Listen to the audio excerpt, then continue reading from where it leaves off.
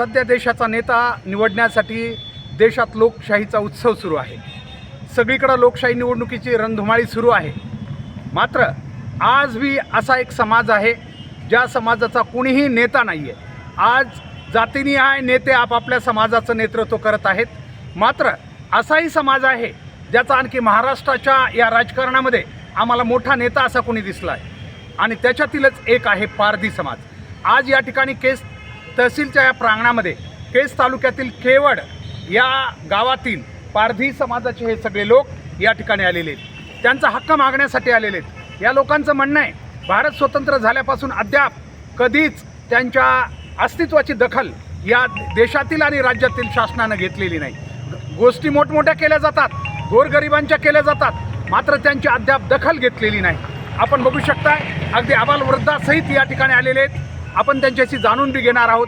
त्यांचं म्हणणं आहे की आज आम्ही केवड परिसरामध्ये गायरान जमिनीमध्ये आमचे पाल ठोकून राहतो आहे.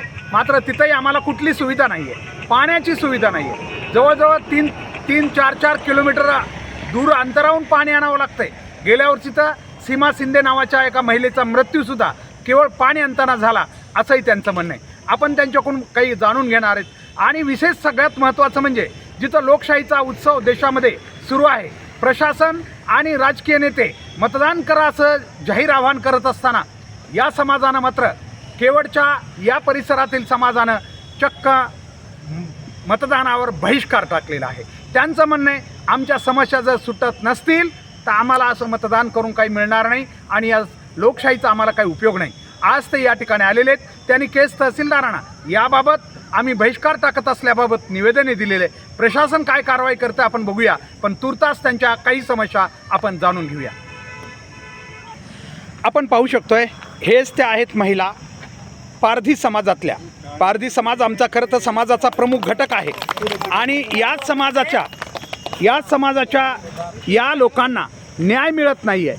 म्हणून हे सर्व आज केस तहसीलच्या प्रांगणामध्ये आलेले आहेत. केवड परिसरात पाल ठोकून जी काही शासकीय कुठं जागा असतील त्या ठिकाणी हे लोक राहत आहेत. कुठलं भविष्य नाही आहे. लहान लहान लेकरांचं आपण बघू शकताय काही भविष्य नाही आहे. इथं जर मोठ्याचा मुलगा असता तर त्याच्या अंगावर बनेन नसतं दिसलं आपल्याला, चांगले पूर्ण कपडे दिसले असते.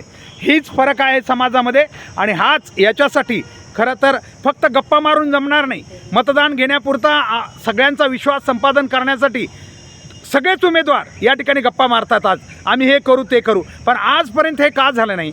सगळ्याच पक्षाचं सरकार होतं आजपर्यंत, यांनी या लोकांसाठी काहीच का केलं नाही? हा प्रश्न आज आम्हाला विचारला जातो आहे आणि या प्रश्नाचं उत्तर आम्हाला द्यावं लागेल. आज त्यांच्याकडून जाणून घेऊया की नेमके ते का आलेले आहेत आणि नेमक्या त्यांच्या समस्या काय आहेत. या ठिकाणी काय सांगाल तुम्ही की आज तुम्ही केस तहसीलला निवेदन दिलेलं आहे? दिलेलं आहे. आणि काय म्हणणं आहे तुमचं? आमचं म्हणणं आहे की आजपर्यंत प्रत्येक याला आम्ही वारंवार हे करून भेट देत असताना आम्हाला कोणत्या एकाही गोष्टीपासून आम्हाला कोणत्याच गोष्टीचं सहकार्य भेटलेलं नाही. तुमची जी घरं आहेत केवड ह्याच्यात ते आता पक्की तुमच्या नावावर आहेत का? नाही. आणखीन नाही. नाही. म्हणजे किती दिवसापासून राहत आहे तुम्ही? आणि जवळपास ही तिसरी पिढी आहे. पिढ्या गेल्या आमच्या. 3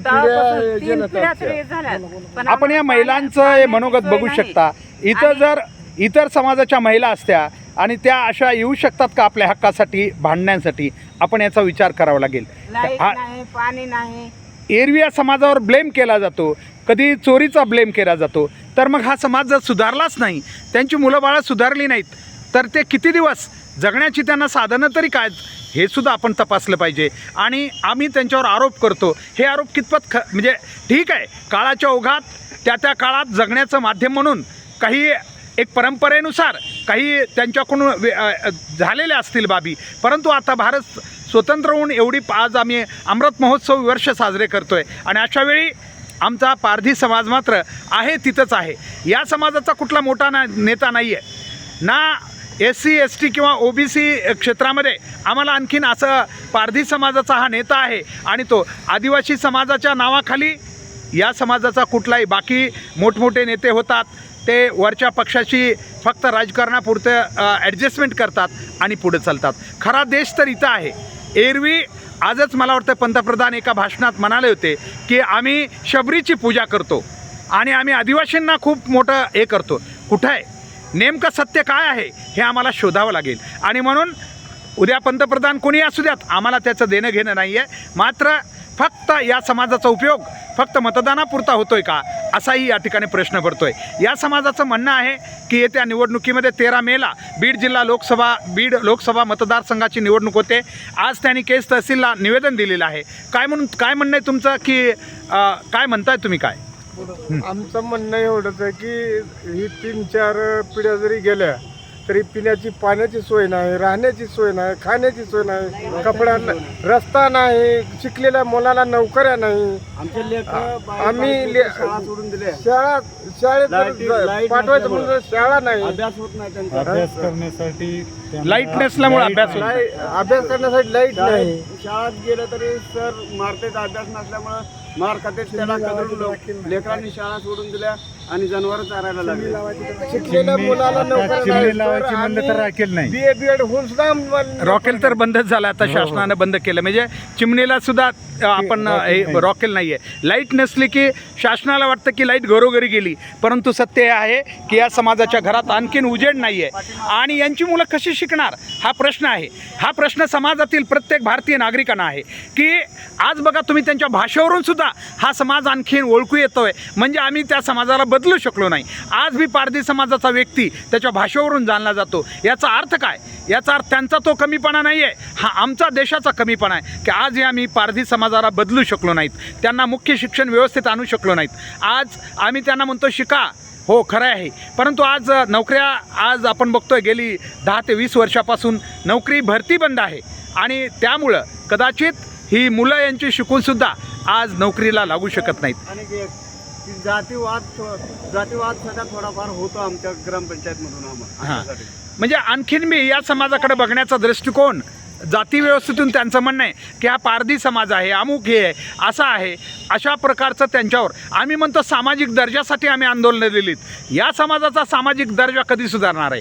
बाकी समाज आम्ही सुधारू शकलो, बाकी समाजाला मुख्य प्रवाहात आणू शकलो, पण या समाजाचं मात्र अद्याप आम्ही खरं जे काही त्यांना द्यायला पाहिजे, खरं त्यांना त्यांचे हक्क आणि त्यांना एक नागरिक म्हणून ज्या सुविधा द्यायला पाहिजेत त्यापासून हा समाज आज बी दूरच आहे. अशावेळी निश्चित या समाजानं उद्याच्या बीड लोकसभा मतदारसंघाच्या मतदानाच्या वेळी 13 मेला आपण बहिष्कार टाकणार असल्याचं जाहीर आज केलेलं आहे. तसं निवेदनही माननीय तहसीलदार केज यांना दिलेलं आहे. आता प्रशासन नेमकी काय कारवाई करतं हे बघावं लागेल, कारण एक मत आम्ही म्हणतो की या देशाचं सत्ता बदलू शकते. अटल बिहारी वाजपेयींच्या काळामध्ये एका मतानं या देशाचं सरकार गेलं होतं.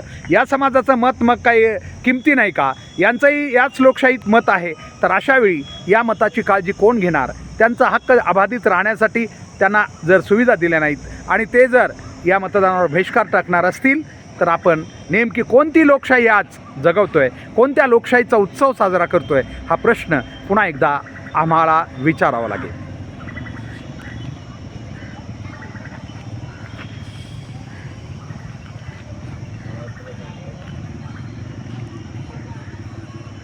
तुटीचा बिरसा मुंडाचा भारत माता ठीक. हां, काय काय तुमच्या अति आवश्यक समस्या आहेत आता? तर नंबर 1 आमची पाणी, नंबर 2 लाईट आणि नंबर 3 आम्हाला निवारा आणि चौथा आम्हाला रस्ता